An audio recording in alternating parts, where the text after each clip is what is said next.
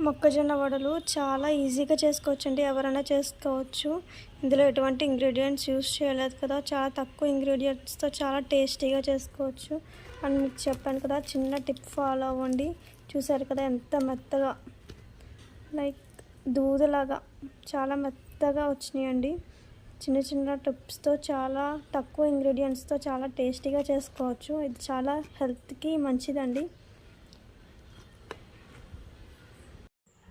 మొక్కజొన్న గారెలు. మొక్కజొన్న గింజలని ముందుగా నానబెట్టుకోవాలి. ఒక 2-3 అవర్స్ ముందుగా నానబెట్టుకుంటే మనకి మిక్సీలో వేసి మిక్సీ రుబ్బుకోవడానికి చాలా ఈజీగా ఉంటుంది. లేకపోతే గట్టిగా ఉంటుంది. మీకు గారెలు వేసినప్పుడు కూడా తిని టేస్ట్ చేసినప్పుడు కూడా గారెలు గట్టిగా వస్తాయి. సో అందుకే ముందుగా నానబెట్టుకుంటే గారెలు అనేవి మెత్తగా టేస్టీగా వస్తాయి.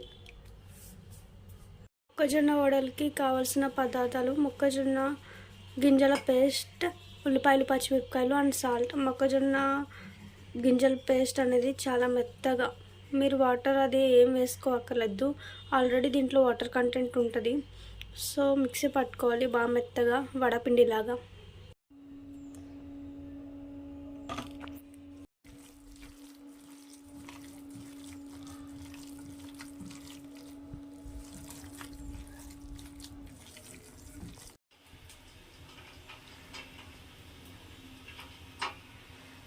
స్టవ్ ఆన్ చేసి గిన్నె పెట్టి గిన్నెలో ఆయిల్ వేడయ్యాక గారెల కింద, వడల కింద వేసుకోవాలి.